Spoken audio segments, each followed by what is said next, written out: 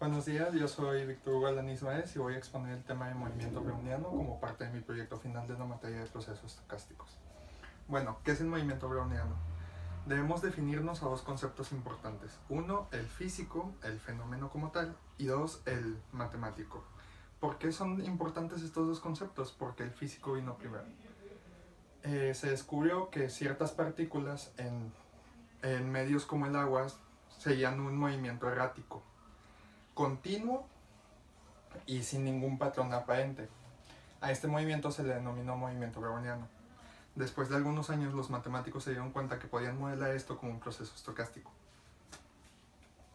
el cual sigue cuatro conceptos básicos o cuatro principios.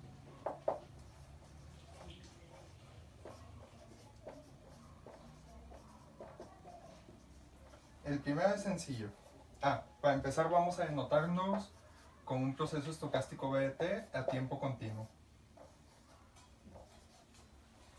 El primer concepto es que B de t de 0 es igual a 0. Esto nos quiere decir que empieza en el origen y nos va a representar un sistema de coordenadas en un plano 2D, una siendo el tiempo y otra siendo la altura o el movimiento de la partícula.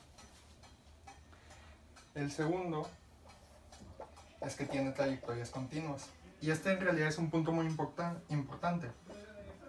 ¿Por qué? Porque aunque es posible que dé saltos muy bruscos, los puntos tienen que estar conectados.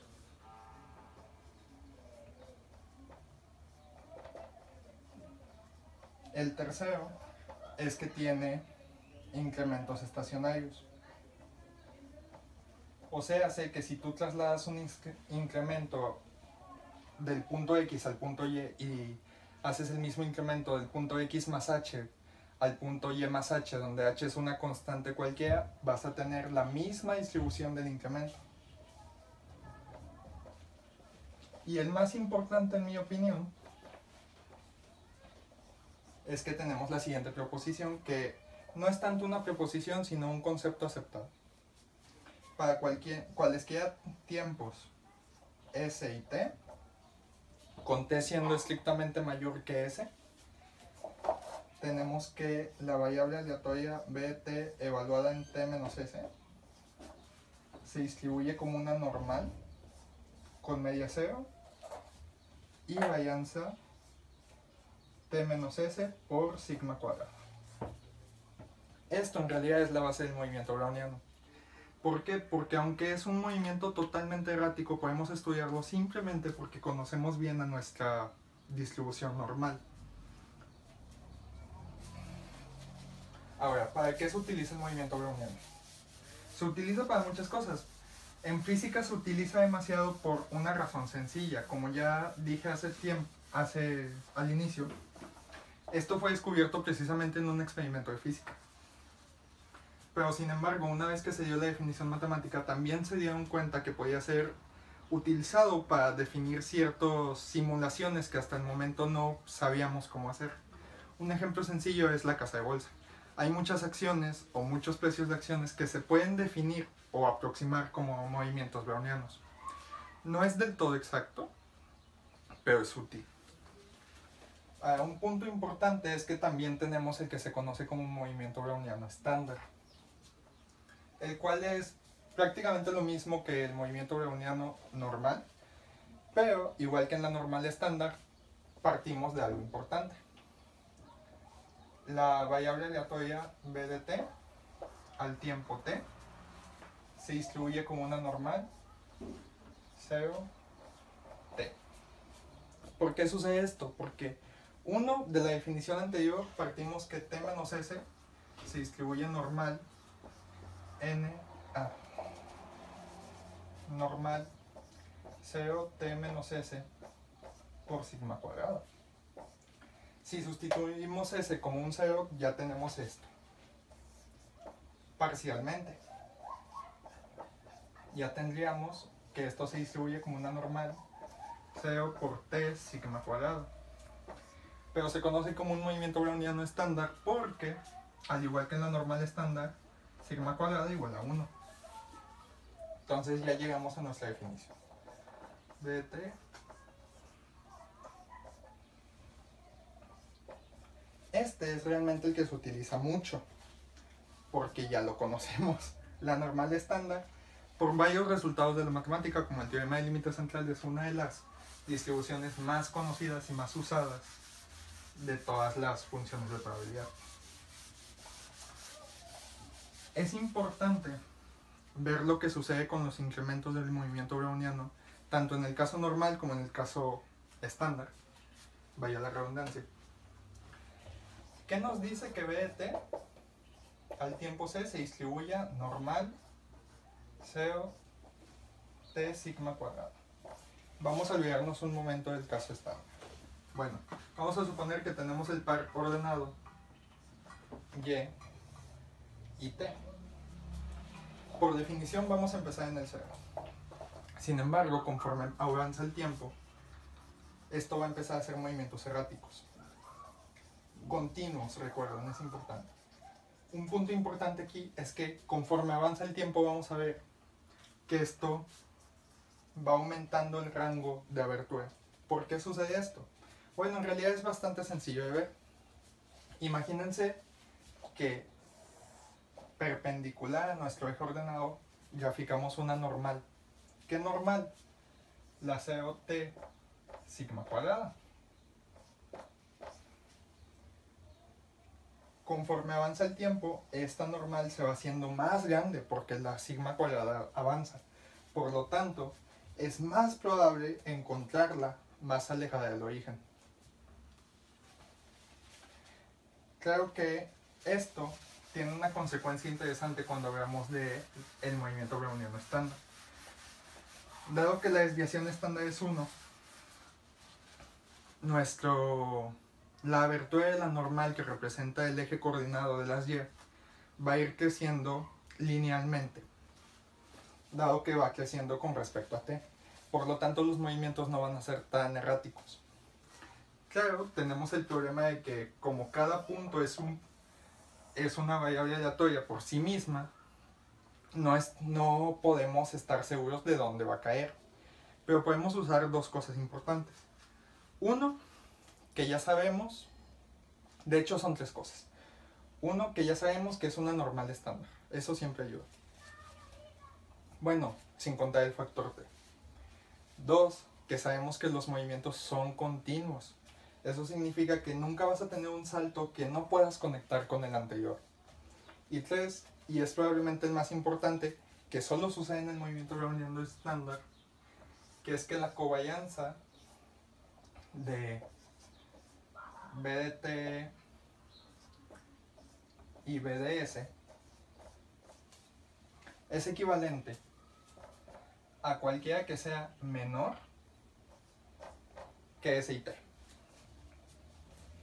Y esto ya nos da un enfoque diferente, porque ya podemos conocer el futuro viendo en dónde estamos. No sabemos muy bien hacia dónde vamos, pero sabemos que no nos podemos alejar más de 10 unidades, de cierta manera, dado que la covarianza es un concepto un poco más complicado que eso, pero tiene que ver. ¿A qué me refiero con esto? Supongamos que nosotros tenemos nuestra trayectoria que empieza en 0. Y tenemos muchos tiempos. Uno que se fue hasta acá, uno que se fue hasta acá y uno que se fue hasta acá. El asunto es que los estudios actuales han logrado determinar, como cada punto es una variable aleatoria por sí misma, no vamos a saber su posición exacta nunca, pero podemos acotarlo con su respectivo margen de confianza. Y esta es en realidad la parte más útil del movimiento browniano. No nos interesa tanto simularlo, porque cada simulación va a ser estrictamente diferente a la anterior. Lo que nos interesa es que independientemente de las simulaciones que hagamos, siempre podemos acotarlo conociendo pocas observaciones. Dado que son movimientos continuos, yo podría saber que dado este margen enorme aquí y este margen enorme aquí, el punto medio es muy improbable que se salga de este margen. Y puede parecer un margen muy grande, de cierta manera lo es, pero Ya teniendo un margen, tú ya puedes hacer movimientos con cierta seguridad. Y eso es lo importante. Vamos a proceder a un ejemplo de movimiento browniano estándar, porque el movimiento browniano como concepto es un poco difícil de generalizar. Recordemos que el movimiento browniano estándar se define como BT mayor o igual a 0, tal que BDT dt si distribuye normal COT. Entonces, vamos a suponer que nosotros tenemos dos movimientos brownianos estándares. BDT de 2 y BDT de 1. Y nos preguntan, ¿cuál es la probabilidad? Bueno, sea X igual a la suma, llamémoslo a esta A y esta B, de A más B. ¿Cuál es la probabilidad de que X sea mayor o igual a 2? Bueno, sabemos que la suma de A y B se va a distribuir normalmente. ¿Por qué? Porque, por definición, A y B ya son normales de por sí. Y es un teorema de probabilidad avanzada que la suma de dos normales se distribuye como una normal. Sin embargo, desconocemos del todo los parámetros. Esto no es del todo cierto porque también por otro teorema podríamos sacarlos directamente. Pero vamos a intentar desarrollarlos.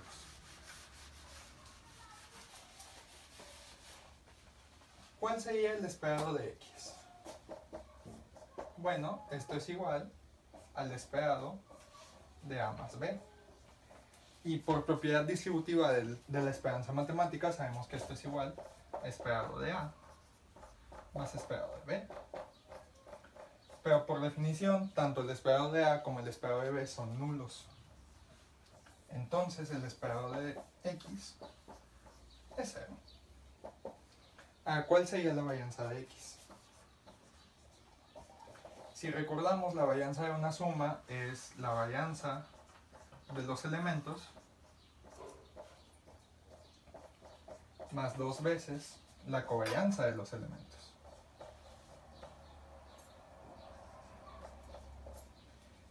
La varianza de A es 2, por como se definió.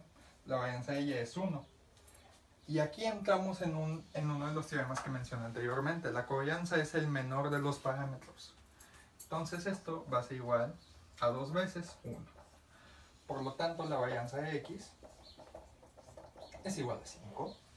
Y así ya sabemos que nuestra variable aleatoria X se distribuye como una normal 0,5. Ahora regresando a la pregunta inicial, ¿cuál es la probabilidad de que X sea mayor a 2? Bueno, eso realmente ya es sencillo. Siempre y cuando tengan unas tablas de probabilidad a la mano, porque calcularlo a manita es muy imposible. Probabilidad de que X mayor a 2 es igual a 1 menos la función error evaluada en una normal 0,5 en el punto 2.